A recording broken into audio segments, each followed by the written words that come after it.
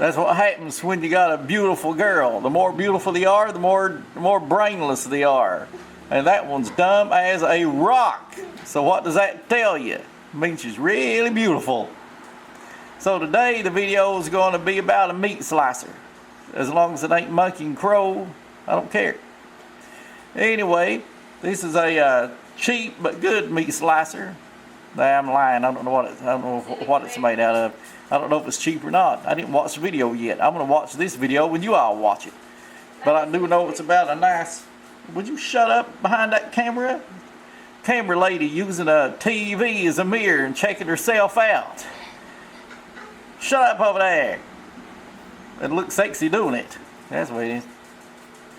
So, the meat slicer is a very affordable, very industrial type. Gets the job done. It's also safe. So if anybody needs to slice some meat for sandwiches or anything, you can also slice bread and everything with it. You can slice everything with it. Can you slice corn? You sure can slice corn if you want to break it. Anyway, so sit back and enjoy this review. See, it ain't no craft, it's a review this time. Sit back and enjoy this, can't even talk. Sit back and enjoy this review. If you want a meat slicer or need one, hopefully it's in there, it'll tell you how to get one. But if you don't, Google it. Man, there's probably a bunch of those things pop up in your location. But these things are great to have. Man, I'd love to have me a meat slicer, but I ain't got nowhere to hook it up. There ain't no electricity out here in this cornfield. If I had some electricity, got corn attacking me. If I had some electricity, man, I'd buy me one of them and I'd blink of an eye. Man, you suck tonight. Man, you're a bad helper tonight. Man, he ain't got his brain out in Arkansas thinking about that meat slicer. Let's get to that joke. Here it goes. Said I used to have a handle on life, and then the handle broke off. Man, that is the worst joke yet. But I thought I told some bad jokes. But it's going to get some unsubscribers on these things. They don't straighten them up. Get some of them dirty jokes back. They're funnier. Damn, man, I like them dirty jokes. But that camera lady always like, now you can't tell them kind of jokes. Can't tell them kind of jokes. I don't know why we can't tell them kind of jokes. But them things that make you ha ha hoo hoo and ha ha. Unless you're a woman, then they'll call the damn cops. I'm so offended. Hey, you got to stay away from a woman when you tell them a joke, especially a dirty one. Anyway, sit back and enjoy the show with the meat slicer, and we'll see you next time on the channel you love to hate and hate to love. The Klaus, camera lady, you say it. Klaus, reviews, craft, restore. Yeah, that's it. And we'll see you next time on what she just said. Goodbye. Today I'm going to be reviewing a TERUISI meat slicer. This is not one of the $300 or $400 meat slicers. This is the $55 to $60 meat slicer. This is for home use. It's not used in a restaurant or in an industrial setting. The blade, I'll tell you the watts first. It is 200 watts. The blade diameter is 19 centimeters. That's around 7.5 inches. The cutting capacity is 0 millimeters to 15 millimeters. This is the bed that the meat slides on. It slides on this rail. Keep this rail clean, and you can put rub some oil on it. Keep it going good, keep it clean. It has a dial in the back, and when you turn that dial, it moves this here, right here, and that dictates the thickness of the cut. Very simple. This blue is plastic. It's not been removed yet. This is just out of the box. This here is the guard to protect your fingers when you push. This thing here slides. Never ever cut meat without this. It has little spikes on it to hold the meat or the vegetable, whatever you're cutting. It also cuts bread. But if you cut meat with it, take the blade out and clean it very good. To take the blade out, you just turn this knob to this button to the right, and it comes right out. Like that. And it comes right out.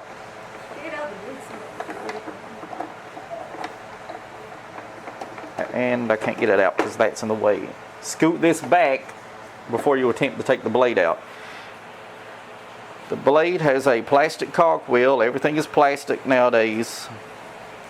And don't overload the meat slicer. And when something cuts, it has something, just like a power tool, it has something called a kerf. That means you cannot cut faster than the blade is spinning. So don't try to cut meat really fast and force it through and push it through, because the kerf on a 200 watt is not that much. And even if you get a 1000 watt, 800 watt, every saw blade has a kerf point. Do not exceed that. Be patient and cut your meat properly. To put it back in, you just make sure that this sits on this small cog, the big cog. Put it back on, and it will slide back into place. And then turn this left, and it locks it back in. It also has these 3 screws here where you can change the cog if the cog wheel goes bad. Good luck finding ones. Things made in China. Like I said, this here will peel off like this, so you can raise this up and back. Peels off. Why not go ahead and do it? This actually has some of them come with a blocker, so you can cut meat at an angle, but I don't think this one did. But anyway, and when you cut, make sure when you go up, make sure when you go back, you keep this over here and keep the pressure applied, because it's going to be out here when you're cutting, the bigger the stuff. So make sure you kind of press in, not a lot, just a little bit of force, so when you go back, it will file back in this area here and not just land down there. Then you have to pick it up and do it again. So now I will demonstrate the cut. And if you're jittery with these things, you can use a pair of gloves, like shark gloves that can't be cut. But I got it set on, I don't know what millimeter that is. So we're going to start with slicing a carrot. And you know, this carrot is funky shaped, big and small. So I don't know what the cut's going to look like with that, but we're going to give it a try.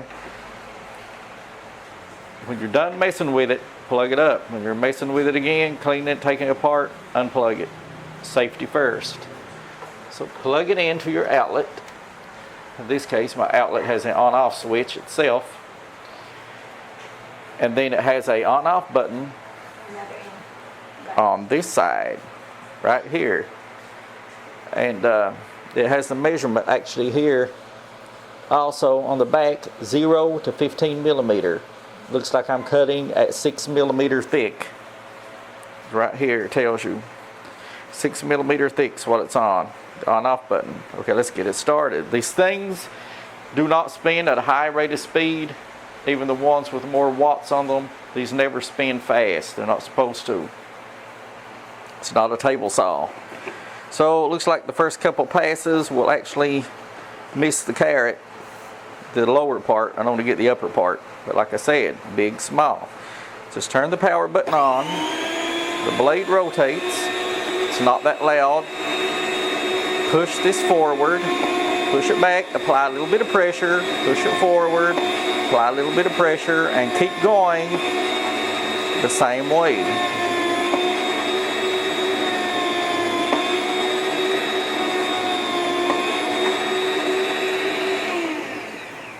And then when you're done, you will have perfectly sliced. Laying it on the table, yeah, I got a plate back here. Perfectly sliced, same size carrots. And you can make them even thinner than that. What also makes this a good machine to use, it has suction cups. It has suction cups on the bottom. That way it will stick. It won't stick to this table. This table is really funky, but you can this one it stick to. So I don't have any meat. Because the meat I have is a small chicken and that has bones in it. Don't cut bones with this. It's another thing. Do not cut bones with it. It's not a bone cutter. But when I do get meat, I will slice it. I plan on slicing meat really thin, maybe 2mm maybe, and putting it in the dehydrator to dehydrate it. And even if you dehydrate carrots, onions, whatever, you're going to get good slices. You don't have to cut it, and every one of them is going to be different. Then it's a slow process. What I'm trying to do is stock back some food, and I want to do it as economically good as I can. I want the process to be faster because I want to store a lot of food. So I don't want a slow process, and I want the things to turn out good and better. And the faster, if you get a machine to help you do something faster, then you should do it. And this is very affordable. So if you're in the market for a meat slicer, or maybe you wasn't, but now you saw this one and you think, well, maybe it's for me. So now you know how to use it, you know how to take the blade off, you know how to set it. Other meat slicers may vary in look or shape, but it's all of the mechanisms of the movement are pretty much the same. Everything's pretty much good. And every once in a while, this one looks like it's really good, but every once in a while you'll get one that's blade is a little bit off. But as long as it's not like horribly off, which they never will be, no, don't be nitpicking it. But so again, if you're in the market for a good meat slicer, this is a good one. Again, the name is TERUISI. You can order these on Amazon, Alibaba, Lazada, places like that, and for around $55, $60. So thank you for watching. Hope you enjoyed the review on the meat slicer, and I'll see you again on the Klaus Restoration Crafts and Review channel. Thank you for watching. Goodbye.